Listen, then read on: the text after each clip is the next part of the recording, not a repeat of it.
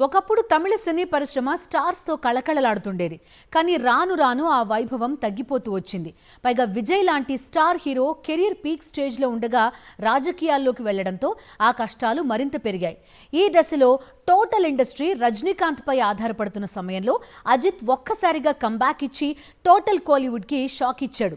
Good bad ugly అనే మూవీతో తమిళ సినీ పరిశ్రమకు తన పూర్వపు రోజుల్ని గుర్తు చేస్తున్నాడు అజిత్. తమిళనాట అజిత్ సినిమా ఒకటి విడుదలై బ్లాక్ బస్టర్ టాక్ తెచ్చుకోవడం ఈ మధ్య కాలంలో ఎప్పుడూ జరగలేదు. ఏడాది ప్రారంభంలో విడుదలైన విడాముయర్చి కూడా నిరుత్సాహపరిచింది.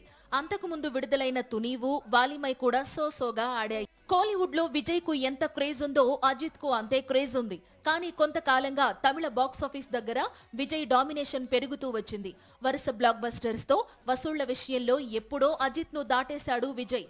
అదే సమయంలో Ajith car racing, drone technology లాంటి విషయాలపై ఫోకస్ పెట్టడంతో కోలీవుడ్ కూడా అజిత్ సినిమాలు బాక్సాఫీస్ రికార్డ్స్ ను పెద్దగా పట్టించుకోవడం మానేసింది. ఈ దశలో ఏప్రిల్ 10న ప్రేక్షకుల ముందుకు వచ్చిన గుడ్ బ్యాడ్ అగ్లీ తమిళ బాక్సాఫీస్ దగ్గర ఊహించని రీతిలో వసూళ్లను అందుకుని బ్లాక్ బస్టర్ దిశగా పరుగులు తీస్తోంది. దాంతో కోలీవుడ్ సినీ పరిశ్రమ ఆనందంలో మునిగిపోయింది. దళపతి విజయ్ రాజకీయాల్లోకి వెళుతుండడం, అందుకోసం సినిమాలకు వీడ్కోలు పలుకుతుండడంతో డీలా పడిపోయింది పరిశ్రమ. ఇలాంటి సమయంలో అజిత్ గుడ్ బ్యాడ్ అగ్లీతో కంబ్యాక్ ఇవ్వడం పరిశ్రమలో పండుగ వాతావరణాన్ని తీసుకొచ్చింది. గుడ్ బ్యాడ్ అగ్లీ చిత్రాన్ని తెలుగు ప్రొడక్షన్ హౌస్ మైత్రి మేకర్స్ నిర్మించడం విశేషం. అజిత్ వీరాభిమాని అయిన అధిక్ రవిచంద్రన్ మేకింగ్ లో తెరకెక్కింది ఈ చిత్రం. అందుకే అజిత్ అభిమానులను విశేషంగా అలరిస్తోంది. మొదటి రోజే 50 కోట్లకు పైగా వసూళ్లను అందుకుంది. అజిత్ కెరీర్ లోనే హైయెస్ట్ కలెక్షన్స్ రాబట్టింది.